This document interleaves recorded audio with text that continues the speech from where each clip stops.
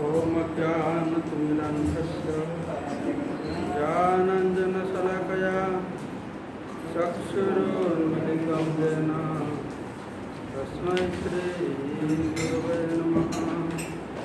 नमो विष्णुपदाय कृष्णपृष्ठाय भूतले श्रीमते भक्तिवेदान्त स्वामिने नामिने।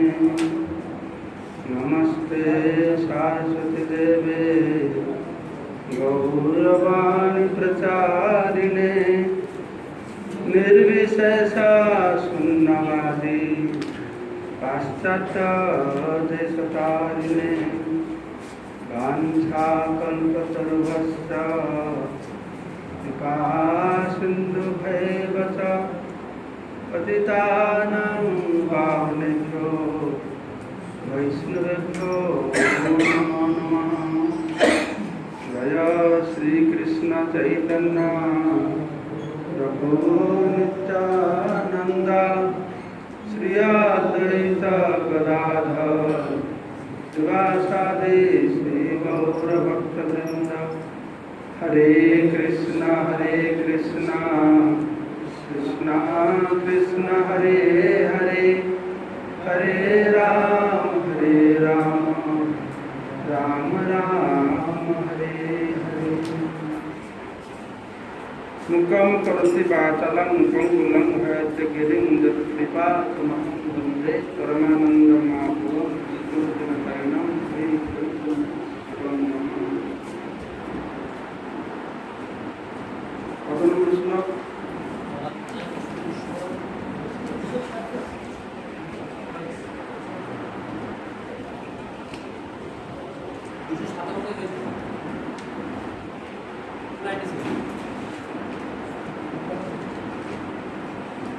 तो আমরা গতকালকে রঘুনাথ দাস গোস্বামী কীভাবে মহাপ্রভুর কৃপা লাভ করেছেন, মহাপ্রভু তাকে তার গোবর্ধন শিলা গুঞ্জামালা দিয়েছেন, সে কথা আমরা শ্রবণ করলাম।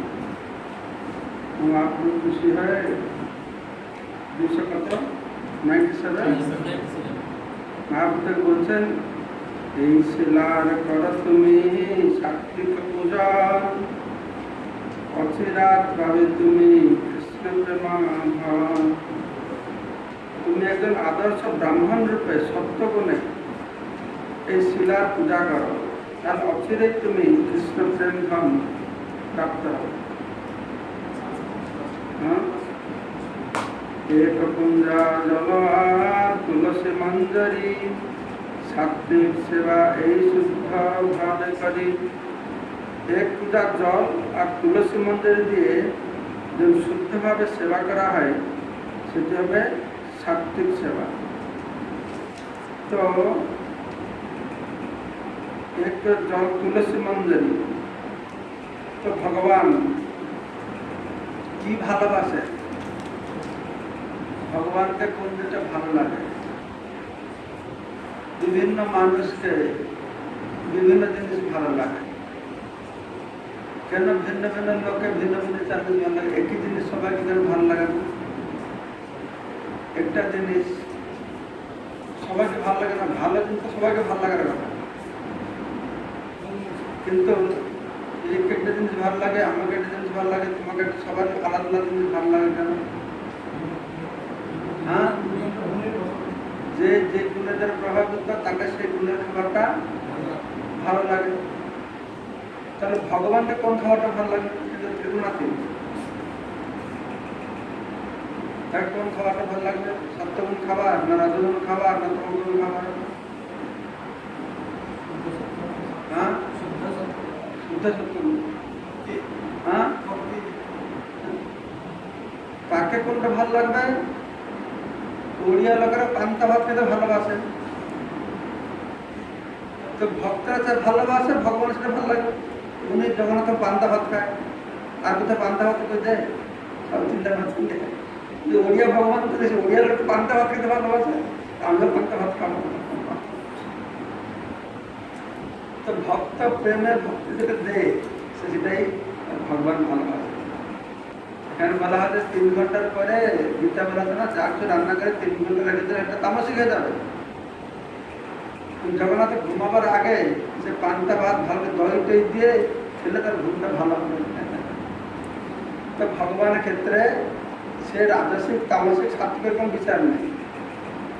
ভক্ত প্রেমে কি জিনিস আমাদের দিচ্ছে সেটা ভগবান চাইবে। এইরকম আমরা জগন্নাথ পুরীতে কত লীলা দেখছি। জগন্নাথ বলছেন, হ্যাঁ, জগন্নাথ মন্দিরে প্রত্যেকটা জিনিস ভগবানের নিবেদন হয়, অন্য জিনিস দেওয়া হয় না। ভক্ত চাইছে, ভগবান বলছে আরে সে রাখো, বেদের কথা রাখো, ওদের কি ট্র্যাডিশন আমি যাও, ভক্ত চাইছে আমি খাবো সেটা। কর্মবাইয়ের কথা আছে, তারপরে কি প্রভুদাস পান খাওয়ালা আছে, বিদ্রোহ কি সুদের পিঠা খাওয়ালা আছে, হ্যাঁ, লান্ডি মাথার নিম পাতা খাওয়ালা আছে। আরেকটা স্টোরি আমি বলেছি তোমাদেরকে, বইতে লিখি না, ওটা তোমাদের বলেছি, আমার মা বলেছিল এটা, বইতে লিখি না। এটা আমি বলি না, বলি একটা বুড়িমা উড়িষ্যা সব মাছ খায় তো, এটা বুড়িমা চিন্তা করছে আরে জগড়া তো অত মিঠা খাচ্ছে, ঘি খাচ্ছে, তার মুখ বসে যাবে না, ঘি খেয়ে মুখ বসে যাবে। একদিন ভালো করে চিংড়ি মাছ ভেজে কলা পাতায় করে নিয়ে গেছে, তোমার খেতে হবে না। আর ভিতরে ঢুকে যাচ্ছে, হলসে পড়ে গেছে, একটু মাছ নেই, মাছ নিয়ে ঢুকেছে, পুলিশরা ঘেরে ধরে ফেলেছে। তো বুড়ি কি করবে, কারণ তখন কলা পাতা খুলেছে, দেখছে চিংড়ি দুটো কলা, সুন্দর বর্তমান কলা তার ভিতরে আছে। যাই না, এটা কিন্তু স্টোরি, যাই হোক, ভালো এক্সাম্পল দেয় তোমরা। তো ভগবান যে ভক্তিতে, হ্যাঁ, ভগবানকে দিলে ভগবান সেটাকে গ্রহণ করেন, মানে ভগবানের সেটা ভালো। তো ভগবান ভক্ত প্রদত্ত বস্তু কি খাবে? অবশ্য আমাদের জন্য প্রভুপাদ বলেছেন যে ভগবান বলছেন আমাকে যে ভক্তি সহকারে দেবে আমি সেটা খাবো। কিন্তু ভক্তি সহকারে ভগবান কি খাবেন? পত্র পুষ্পম ফলম তয়ম যোগের ভক্তা বলেছেন। পত্র, পুষ্প, ফল, জল, এই 4টে ভক্তের আমি খাবো, আর কোনো কিছু দেয় ভক্তের খাবার। আমি একটা পান্ডার সঙ্গে কথাবার্তা করছি, পান্ডা বলছে, পান্ডাদের কথা কি আমার চিন্তা, তোমরা ব্রাহ্মণ আছে খাচ্ছ, আর আমরা তো ব্রাহ্মণ নেই। ভগবান তো বলছেন যে ভক্তিতে যে যা দেবে তা খাবে, তোমরা বলছি ব্রাহ্মণ দিলেই খাবে, আর কেউ খাবে না। ভগবান বিষ্ণু গীতা বলছেন পত্রম পুষ্পম ফলান্তম জমে ভক্ত পড়েছে, যে কেউ লোক ভক্তিতে আমাকে দিলে আমি খাবো। তো ব্রাহ্মণটা বলছে হ্যাঁ মহারাজ খাবে, কি খাবে? পত্র পুষ্প ফল জল খাবে, ডাল ভাত খাবে না তোমাদের হাতে। ডাল ভাত ভাবছে রান্না জিনিস খাবে না, ভেতরে ভগবান বলছে শুকনো জিনিস খাবে তোমাদের হাতে। ভক্ত হলে শুকনো রান্না ভাত খেতে হলে আমাদের কাছে আসতে হবে, আমরা ব্রাহ্মণ, আমরা জানি মন্ত্র, কিরকম ভগবানকে খাওয়াতে হবে। তো ব্যাপার হচ্ছে কি, তো ভগবানের কোন খাবার প্রতি বেশি লোভ আছে? ভগবান বলছেন ভগবান চাচ্ছে আত্মারাম, আত্মারাম আত্মকাম নিত্য তৃপ্ত। তো ভগবান বলছেন কিন্তু আমার ভক্ত যখন রাস্তা হেঁটে হেঁটে যাবে, তার কাছে যদি জল তুলসী থাকে, তাহলে আমি আত্মারাম হলে আমার কোনো ক্ষুধা নাই, আমার কোনো কিছু পেয়ে আনন্দ হবে নাই। কেন পেলে আনন্দ হবে কার? না যার নেই সে পেলে আনন্দ হবে, আমার সব আছে, আমি পেয়ে আনন্দ পাবো কি? কিন্তু আমার ভক্ত যখন জল তুলসী নিয়ে যাবে, তো তাকে দেখেই আমার খিদা হয়ে যায়, সে আমাকে দেবে কি? আমার ভক্তের হাতে দেখলে আমার খিদা বেড়ে যায়, তখন ভগবান ভক্তের পেছনে চলে যায়, বলে, হে আমার প্রিয় ভক্ত, আমি খুব ক্ষুধার্ত, আমাকে কিছু খেতে দাও। তো ভগবানের লোভ হয় কার প্রতি? হ্যাঁ, এই জল তুলসীর প্রতি লোভ হয়। দুর্যোধন বিরাট বড় ফিস্ট বানিয়ে বসেছিল, ভাত, ডাল, সবজি, খিরি, পুরি, লুচি। ভগবান কি খেল? হ্যাঁ, বিদ্যুৎ করে কলা চকলা খেয়ে আসলো না? কলা চকলা খেয়ে আসলো। তো এইটা হচ্ছে কথা। তো ভগবান তিনি কি করবে? জল তুলসী অদ্বৈতাচার্য কি করলেন? অদ্বৈতাচার্য চিন্তা করছেন এই পৃথিবীর জগতের অবস্থা খুব খারাপ, একমাত্র ভগবান যদি আসেন সমাধান করতে পারবেন। আর শাস্ত্রে দেখছেন এই কলেজে তো ভগবান আসবে না, তাহলে কি করা যাবে? তো ওনার হৃদয়ে আমাদের মতন বক্ষ জীবের জন্য অত আর্দ্র হয়েছে, তিনি বলছেন আমাদের ভগবানকে সন্তুষ্ট করলে ভগবান আসবে। তো ভগবান সব থেকে বেশি সন্তুষ্ট কিসেতে? জল তুলসীতে। খিরি পুরি বিরাট নয়, জল তুলসীতে সব থেকে বেশি সন্তুষ্ট। তো সেক্ষেত্রে বলা হচ্ছে যে দেখো, সেক্ষেত্রে বলা হচ্ছে কি, এক পূজা জল আর তুলসী মঞ্জরি। বলছেন এই শিলার কর তুমি সাত্বিক পূজন, অচিরাত পাবে তুমি কৃষ্ণ প্রেম ধন।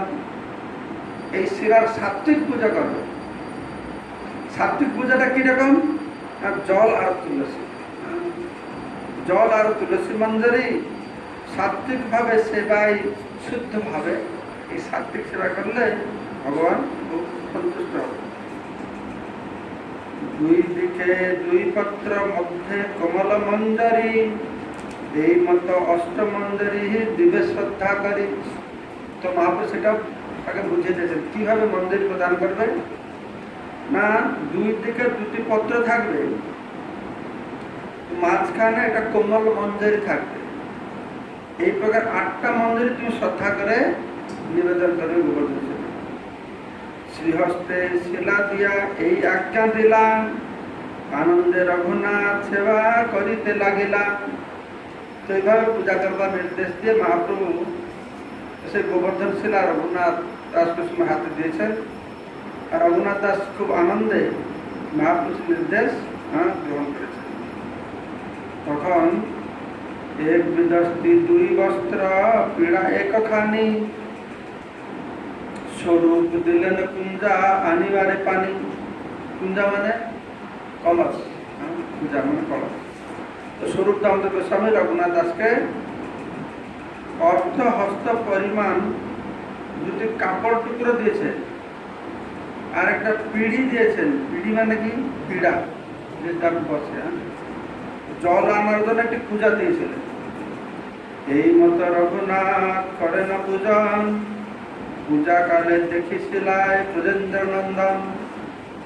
এইভাবে রঘুনাথ দাস গোবর্ধন শিলার পূজা করতে লাগলেন।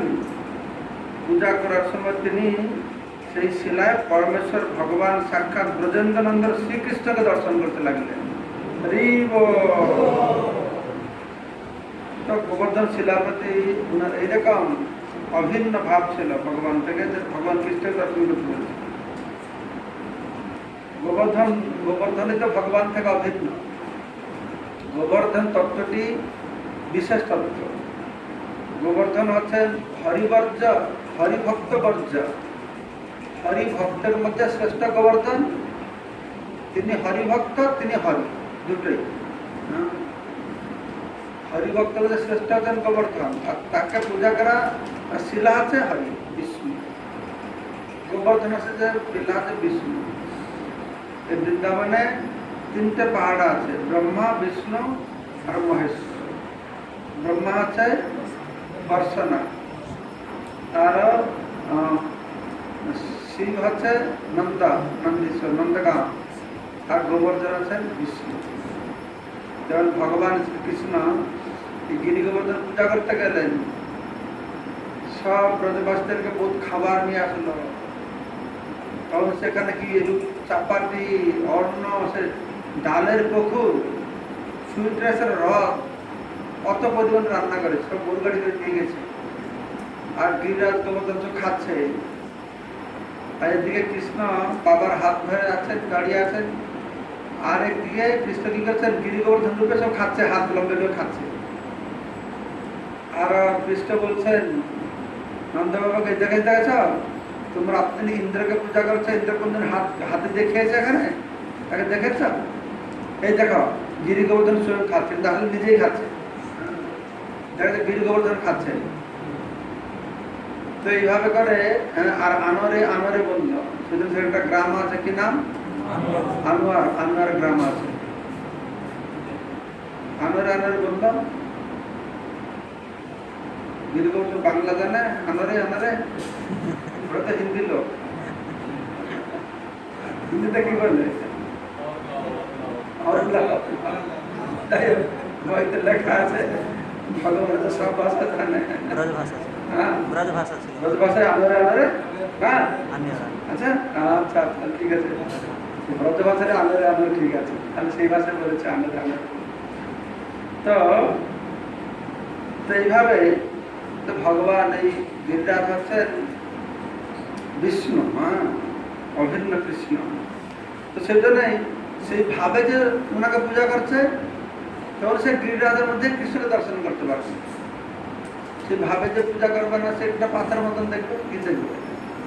পাথর বলে সেরকম যে যথা মান প্রপদ্যের দান করতে বাজামিও, আমাকে যেইভাবে তুমি দেখবে তুমি সেভাবে পাবে। আমাকে পাথর বলে দেখলে পাথরের ভাবে পাবে, যে যেরকম ভাবে দেখবে। অনেক লোক বলে, অন্য ধর্মের লোকেরা, তোমাদের ভগবান ভগবান বলছো, আর ভগবানের গাতে গহনা চুরি করে নিয়ে পালাচ্ছে, আর ভগবানের হাত ধরে বসে আছে। ওরা কটাকে করে বলে, এই ভগবান গায়ে মাছি বসেছে, মাছি উড়াতে পারে না, আর বলছে সর্বশক্তিমান ভগবান। চুরি করতে যায়, অলঙ্কার চুরি করছে, তো ভগবান কি করবে? থাপড় লাগাবে না লাথি মারবে? মারবে। যদি ভগবান থাপড় লাগায়, লাথি তো ভাগ্য খোলে, ভালো ভাগ্যবান হয়ে যাবে। হ্যাঁ, তো ভগবান কি করবে? তুমি আমাকে পাথর লাগানেছ, তো আমি তোর পাথরেই বসে থাকবো। যে যথামান প্রবৃত্তি তাকে সেই বিগ্রহ আছে, যে কি ভক্তদের কথা বলছে, ভক্তদের হেঁটে হেঁটে যাচ্ছে, সেই বিগ্রহ আছে, সে পাথরে পড়ে যাচ্ছে। তো এইভাবে ভক্ত কাছে ভগবান দর্শন দেন তার ভাবের অনুসারে। প্রভুর সুহস্ত দত্ত গোবর্ধন শিলাম, এত চিন্তি রঘুনাথ প্রেমে ভাসে গেলাম। সেই গোবর্ধন শিলা দাস চৈতন্য মহাপ্রভু তাকে সুহস্ত দান করেছেন, সেগুলো চিন্তা করে রঘুনাথ দাস কি করেছেন? নিরন্তর প্রেমে তিনি আপ্লুত হয়েছেন। বলো তারপর কি বলছেন? সুখোদয় ষোড়শ উপাচার পূজায় তত সুখ নয়। কেবল জল এবং তুলসী দিয়ে সেবা করে রঘুনাথ দাসের যে আনন্দ হতো, ষোড়শ উপাচারে পূজা করেও তত আনন্দ অনুভব করা যায় না। এই মতো কতদিন করে পূজন, তবে স্বরূপ গোসাই তারে কহিলা বচন। অষ্টকৌড়ির খাজা সন্দেশ কর সমর্পণ, শ্রদ্ধা করি দিলে সেই অমৃতের সম। এইভাবে কিছুকাল গোবর্ধন শিলার পূজা করলে একদিন স্বরূপ দামোদর গোস্বামী তাকে বললেন, 8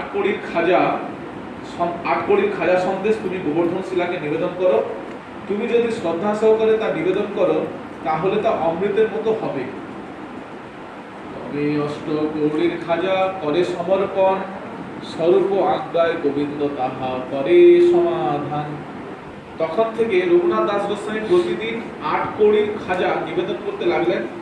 স্বরূপ দামোদর গোস্বামীর নির্দেশে গোবিন্দ তা সরবরাহ করতেন।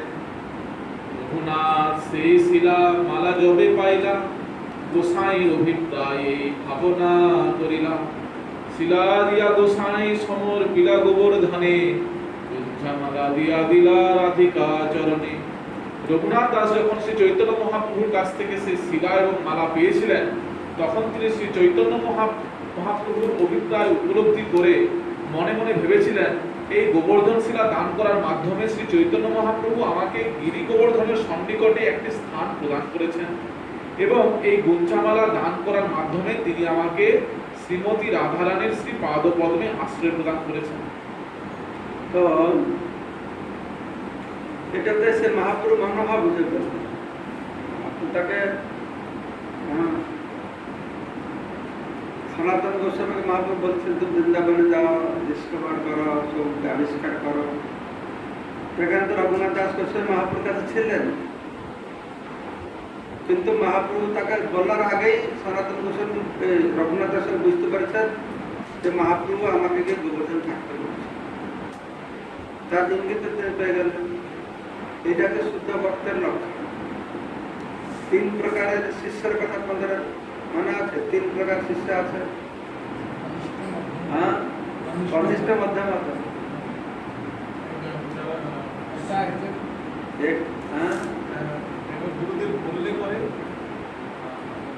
এক শিষ্য আছে গুরুদেবকে দণ্ডবোধ করবে, কথা পিছু পিছু থাকবে। গুরুদেব বলবে যা তো এই কাজটা করো, বুঝে যাবে আর ফিরবে না। ওই শিষ্যকে কি শিষ্য বলে? না, আতশবাজি, ও ফায়ার ক্র্যাকার, আতশবাজি শিষ্য থেকে বলে। কাছে ছাড়বে আর ফিরবে, ও আতশবাজি শিষ্য। আর এক রকম শিষ্য আছে, সে গুরুদেব বললে করবে, না হলে করবে না। গুরুদেব যেটা বলবে, তুমি যখন গুরুদেব বললে করবে, সেটা একটু সাবধানে থাকতে হবে। গুরুদেব যা বলবে তা করলে আবার সমস্যা হবে। কেননা গুরুমা যেটা বলবে সেটাকে বুঝে বিচারে কাজ করতে হবে। গুরুদেব যেটুকু বলে সেটুকু করে বললে, এই ঘোড়া নিয়ে গেলে না গুরুদেব, সে সেই অবস্থা হবে, সেটা যেন না। তো গুরুদেব যেটা বলবে, যদি তার শিষ্য নিষ্ঠাপন থাকে, তাহলে গুরুদেব তাকে বুদ্ধি দেবে, তার নির্দেশটাকে সে বুঝতে পারবে। এই শিষ্য নিষ্ঠাপন নাই, গুরুদেব নির্দেশ দিলে বুঝতে পারবে না, ঠিক আছে পারবে না। দ্বিতীয় শ্রেণীর ভক্ত নিষ্ঠাবান, গুরুদেব নির্দেশ দেবে, তাকে বুদ্ধি দেবে। প্রথম শ্রেণীর যে ভক্ত, সে গুরুদেব বলার আগে বুঝতে পারবে যে গুরুদেব আমাকে নিয়ে কি করতে চায়। সেখানে রঘুনাথ দাস গোস্বামী অবশ্য তার মধ্যে থেকে হতে পারে না। তো তিনি এই ইঙ্গিততেই বুঝতে পারছেন যে মহাপ্রভু চাইছেন যে আমি গিরি গোবর্ধনের সন্নিকটে একটি স্থানে আমি যেন বাস করি। আনন্দে রঘুনাথের বাক্য বিস্মরণ, কায় মনে সেবিলেন গৌরাঙ্গ চরণ। অন্তহীন আনন্দে রঘুনাথ দাস গোস্বামীর বাহ্য বিস্মরণ হয়েছিল এবং কায় মনে তিনি শ্রী চৈতন্য মহাপ্রভুর সেবায় মগ্ন হয়েছিলেন। অনন্ত গুণ রঘুনাথের কি করিবে লেখা, রঘুনাথের নিয়ম যেন পাষাণের রেখা। রঘুনাথ দাসের অন্তহীন গুণাবলী কে বর্ণনা করতে পারে? তার নিয়ম নিষ্ঠা ছিল পাষাণের রেখার মতো অবিচল। 7.5 প্রহর যায় কীর্তন স্মরণে, আহার নিদ্রা চারিদণ্ড সেহ নহে কোনো দিনে। প্রতিদিন 22 ঘন্টার অধিক সময় তিনি হরে কৃষ্ণ মহামন্ত্র কীর্তন করে এবং শ্রীকৃষ্ণের শ্রী পাদপদ্ম স্মরণ করে অতিবাহিত করতেন। দিনে প্রায় 1.5 ঘন্টা মাত্র সময় তিনি আহার এবং নিদ্রায় অতিবাহিত করতেন এবং কোনো দিন তাও হতো না। বৈরাগ্যের কথা তার অদ্ভুত কথন, আজন্ম না দিল জিহ্বায় রসের স্পর্শ। তার বৈরাগ্য ছিল অত্যন্ত অদ্ভুত, তিনি আজীবন তার জিহ্বাকে রস আস্বাদন করতে দেননি। রাকানি কথা বিনা না পরে বসন, সাবধানে প্রভুর কইলা আঙ্কার পালন।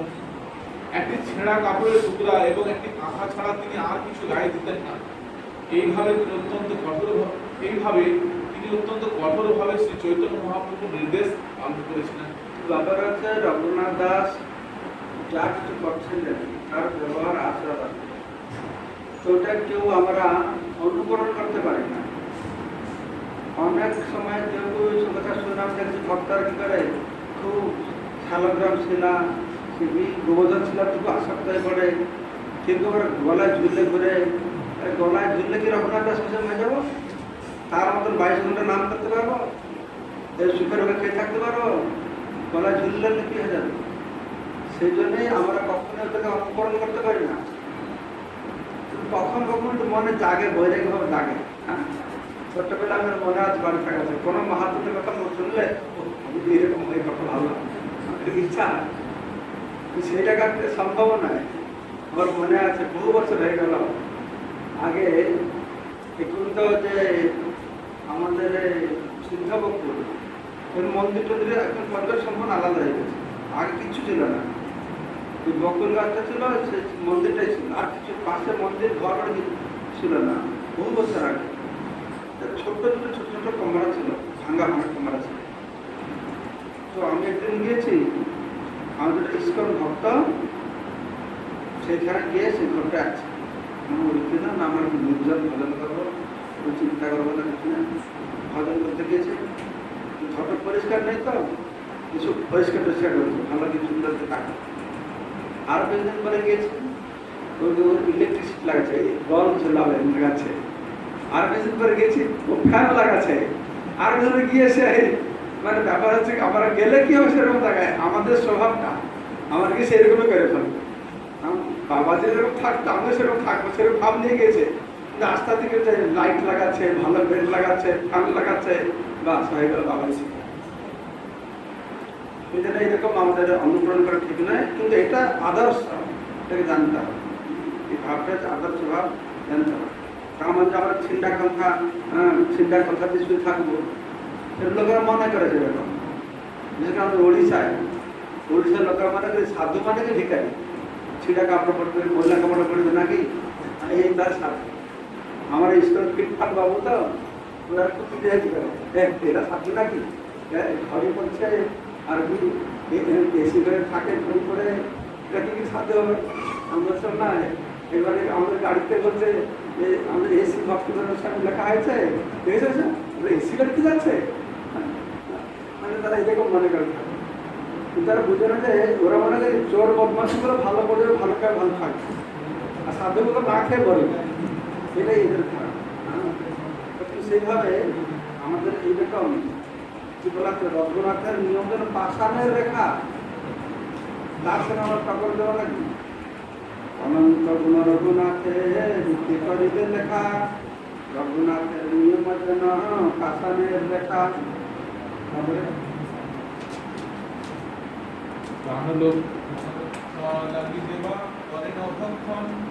তাহা খাইয়া আপনাকে কহে নির্বেদ বচন। তিনি কেবল প্রাণ ধারণের জন্য আহার করতেন, এবং আহার করার পর তিনি এইভাবে আক্ষেপ করতেন, আত্মানং চেত বিজানিয়া পরম জ্ঞান ধৃতাশয়ঃ কিমিচ্ছন কস্য বাহেত দেহং তুষ্ণাতি লম্পটঃ। প্রকৃত জ্ঞান লাভ করার ফলে কারোর হৃদয় যখন নির্মল হয়, তখন তিনি পরম ব্রহ্ম শ্রীকৃষ্ণকে জেনে সবকিছুই লাভ করেন। তাহলে কেন তা না করে লম্পটরা কেবল দেহের পুষ্টি সাধনের জন্য সচেষ্ট হয়? সাধারণ প্রসারী যত না বিকায়, 2-3 দিন হইলে ভাত সরি যায়।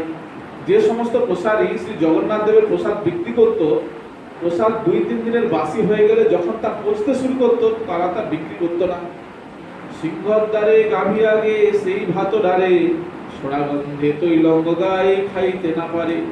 সেই পচা প্রসাদান্ন তারা সিংহদ্বারের সামনে গাভীদের দিতেন, কিন্তু পচা গন্ধে তৈলগী গাভীরাও তা খেত না। সেই ভাত রঘুনাথ রাত্রে ঘরে আনি, ভাত পাখা লিয়া ফেলে ঘরে দিয়া বহু পানি। ভিতরের দৃঢ় সেই মাঝি ভাত পায়, লবণ দিয়া রঘুনাথ সেই অন্ন খায়। রাত্রে রঘুনাথ দাস সেই অন্ন ঘরে এনে অনেক জল দিয়ে তা ধুতেন, এবং ভেতরের যে অংশ তখনও পচে যায়নি সেই অংশ লবণ দিয়ে খেতেন। রঘুনাথ দাস প্রথমে কোথায় আসলেন? পাঞ্জেব মহাপ্রসাদ খেয়েছে, তারপরে সিংহদ্বারে খেলাম, তারপরে সতর দেখা এলাম। এখন কি করছে না, যেগুলো গাভী সরে গেছে, গাভীও খায় না, সেগুলো তুলে নিয়ে ধুয়ে খাচ্ছে। একদিন স্বরূপ আমরা দেখে ফেলেছে, একদিন স্বরূপ তাহা করিতে দেখিলাম, হাসিয়া তাহার কিছু মাখিয়া খাইলাম। স্বরূপ আমরা একদিন দেখেছে রঘুনাথ এটা খেতে, তো হেসে তার কাছে কিছু সে খেয়েছেন, কান্তা ভাত খেয়েছেন। স্বরূপ কহে, এই সমৃদ্ধ খাও রীতি আমার সময় নাই, কি তোমার প্রকৃতি, তুমি প্রতিদিন অত অমৃত সুস্বাদু খাবার খাচ্ছ, আর আমাদের দিচ্ছ না, কি তোমার প্রকৃতি? তো এইরকম শরীর দেখেছেন কতটা ছড়িয়ে গেছে।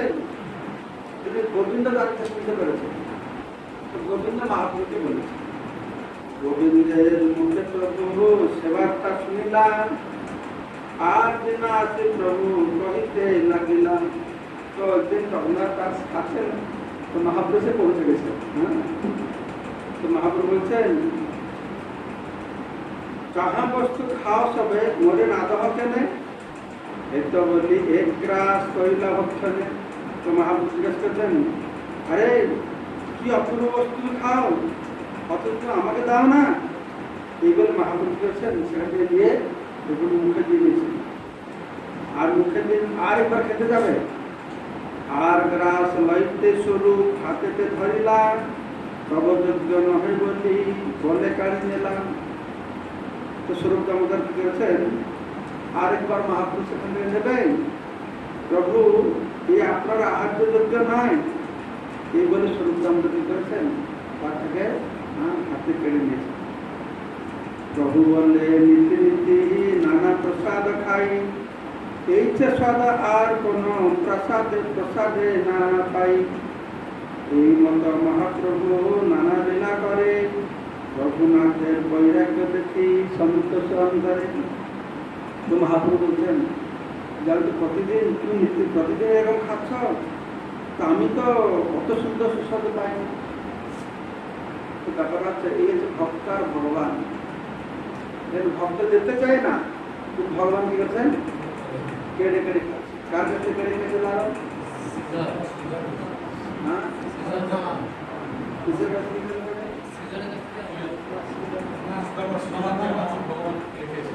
সুদামার কাছে দিতে, সিদ্ধার কাছে দিতে,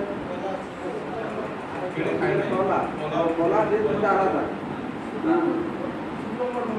শুক্লাম্বর ব্রহ্মচারী, শুক্লাম্বর ব্রহ্মচারী মহাপ্রভু প্রতিদিন সংকীর্তন করতেন সন্ধ্যাবেলা। শুক্লাম্বর ব্রহ্মচারী অত গরিব ছিল, সে ভিক্ষা করে জীবিকা নির্বাহ করত। তো ভিক্ষা করে ঝুলিতে চাল চাল নিয়ে ওই কীর্তন ঢুকে গেছে। তো মহাপ্রভু কীর্তন বন্ধ করে দিয়েছে। তো ভক্তরা ভয় পেয়ে কীর্তন বন্ধ হয়ে গেল। আরেকদিন বন্ধ হয়ে গেছিল, মনে আছে? আজ হঠাৎ মহাপ্রভু বন্ধ করে কীর্তন। আমার তো ভালো ভাব আসছে না, কেন আনন্দ আসছে না, এখানে কোনো কি বিজাতীয় লোক ঢুকে গেছে নাকি? তো শ্রীবাস ঠাকুর চোখে বেঁধে বেঁধে যেতে শাশুড়ি কি করছে, ডোল ঢাকা দিয়ে বসে আছে ভিতরে, চার চুল ছেড়ে নেই, সে একটু বাইরে ছেড়ে দিয়েছে। তো মহাপ্রভু আনন্দ আজকে মা হঠাৎ বন্ধ করে দিচ্ছে, কি হল আজকে ঢুকে পড়েছে নাকি?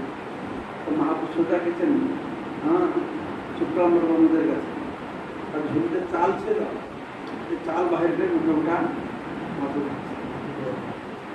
ভাবতেন, না না প্রভু এটা আপনার যোগ্য নয়, আপনার যোগ্য নয়। মহাপ্রভু একসাথে বলছেন, এটাই তো আমার বেশি আনন্দ,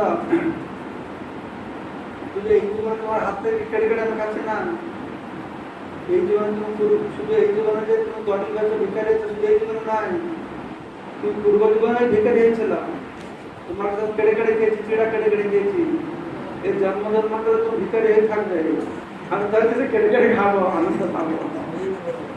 এই ভগবান কাছে কেউ যাবে? এই ভগবান কাছে কেউ যাবে যে ভগবান আশীর্বাদ করে তুমি জন্ম জন্মান্তর ভিক্ষারি হয়ে থাকো, আমি কেটে কেটে তো অনেকদিন আনন্দ পাবো।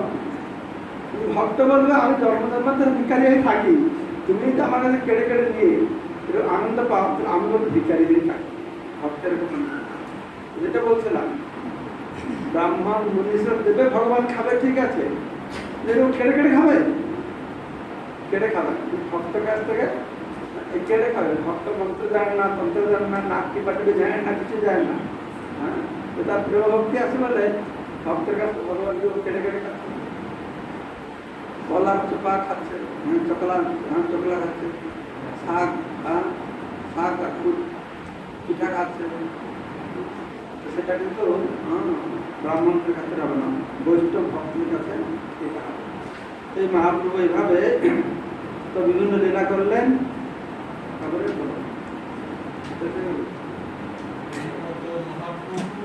লীলা করে রঘুনাথের বৈরাগ্য দেখি সন্তোষ অন্তরে। এইভাবে শ্রী চৈতন্য মহাপ্রভু জগন্নাথ পুরীতে নানা লীলাবিলাস করেছিলেন। রঘুনাথ গোস্বামীর বৈরাগ্য দেখে তিনি অন্তরে অত্যন্ত তুষ্ট হয়েছিলেন। আপন উদ্ধার এই রঘুনাথ দাস গৌরাঙ্গ স্তব কল্প বৃক্ষে করিয়াছেন প্রকাশ। রঘুনাথ দাস গোস্বামী তার গৌরাঙ্গ স্তব কল্পবৃক্ষ নামক কবিতায় তার উদ্ভবের কাহিনী বর্ণনা করেছেন। মহাসম্পত্তাবাদপি পতিতম উদ্ধৃত্ত কি বয়া স্বরূপে যস্যে কুজনমপি মানস্য মোদিতঃ পুরোজাহারং প্রিয়মপি চ গোবর্ধনশিলা দদো মে গৌরাঙ্গ হৃদয় উদয়ান মাং মদয়তি। আমি যদিও অত্যন্ত অধঃপতিত নরাধম, তথাপি শ্রী চৈতন্য মহাপ্রভু কৃপা করে অগাধ ঐশ্বর্যরূপ দাবানল থেকে উদ্ধার করেছেন। তিনি তার অন্তরঙ্গ পার্ষদ ছিল স্বরূপ দামোদর কাছে আমাকে অর্পণ করেছেন। তিনি আমাকে তার বক্ষের গুঞ্জামালা এবং গোবর্ধন শিলা দান করেছেন, যা ছিল তার অত্যন্ত প্রিয়। সেই শ্রী চৈতন্য মহাপ্রভু আমার হৃদয়ে উদিত হয়ে আমাকে উন্নত করেছেন। এই যে গৌরাঙ্গ স্তবকল্প বৃক্ষ, রঘুনাথ দাস ছিলেন মহাপ্রভুর কাছে, তো এই বইতে লিখেছেন। আর উনার কাছ থেকে শুনে শুনে কৃষ্ণরাজ কবিরাজ গোস্বামী এইসব ব্যাখ্যা করে চৈতন্য চরিতামৃত জয়ন্তলীলা তিনি বর্ণনা করেছেন। কেননা চৈতন্য মঙ্গলে বৃন্দাবন দাস ঠাকুর চৈতন্য মঙ্গল রচনা করতে করতে নিত্যানন্দ প্রভু মহিমা গান করতে করতে অনেক বড় হয়ে গেছে গ্রন্থ, তো শেষ লীলা ভালো বর্ণনা করতে পারেন। অন্য বৃন্দাবনের বৈষ্ণবদের অনুরোধে রঘুনাথ কাছ থেকে শ্রবণ করে কৃষ্ণদাস কবিরাজ গোস্বামী এগুলো লিখেছেন। এই তো কহিল রঘুনাথের মিলন, ইহা যেই শুনে পায় চৈতন্য চরণ। যে মন দিয়ে এটা শ্রবণ করবে সে চৈতন্য মহাপ্রভুর চরণ লাভ করবে। মহাপ্রভুর লীলা শ্রবণ করলে করতে কেউ মহাপ্রভুর প্রতি শ্রদ্ধা আসবে। মহাপ্রভুর চরণ লাভ করবে মানে কি, মহাপ্রভুর প্রতি আমাদের শ্রদ্ধা আসবে তার লীলা শ্রবণ করলে। শ্রীরূপ রঘুনাথ পদে যারা চৈতন্য চরিতামৃত কহে কৃষ্ণদাস। তো এইভাবে শ্রীরূপ গোস্বামী রঘুনাথ গোস্বামী কৃপাপত্ন আমার প্রণতি নিবেদন করে, তাদের কৃপা প্রার্থনা করে, তাদের পদাঙ্ক অনুসরণ পূর্বক আমি কৃষ্ণদাস শ্রী চৈতন্য চরিতামৃত বর্ণনা করছি। জয় চৈতন্য চরিতামৃতম কি। আমরা শুরু করেছিলাম সপ্তম পরিচ্ছেদ থেকে, ঠিক আছে। তারপরে আমরা প্রথম থেকে শুরু করলাম, আর সপ্তম পরিচ্ছেদ শুরু করবার আগে আমি শেষ দিকে কয়েকটা আমাদের কয়েকটা চ্যাপ্টার আমরা শ্রবণ করেছিলাম। তো মোটামুটি এই অন্তলীলা আমরা মোটামুটি কভার করলাম, কভার হয়ে গেছে। তো এখানে আজকে আমরা সরগোস্বামী মাস্টার গান করবো, কিন্তু সবাই তো জানে না গানের বই দিয়ে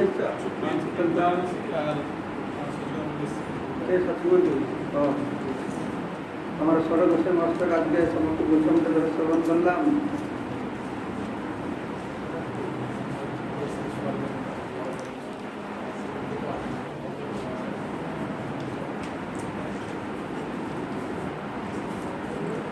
এইখানে রহিল গ্রন্থ তলহরি বদন বলিয়া সবে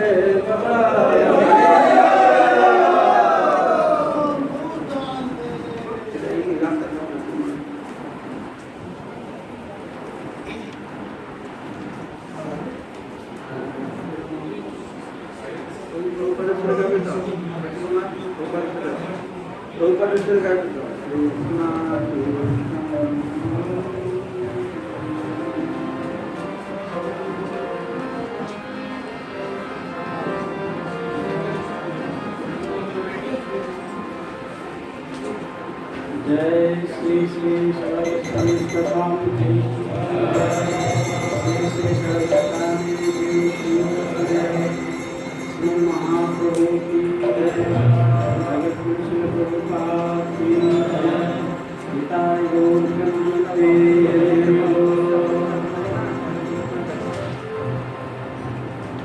कृष्ण कीर्तन गान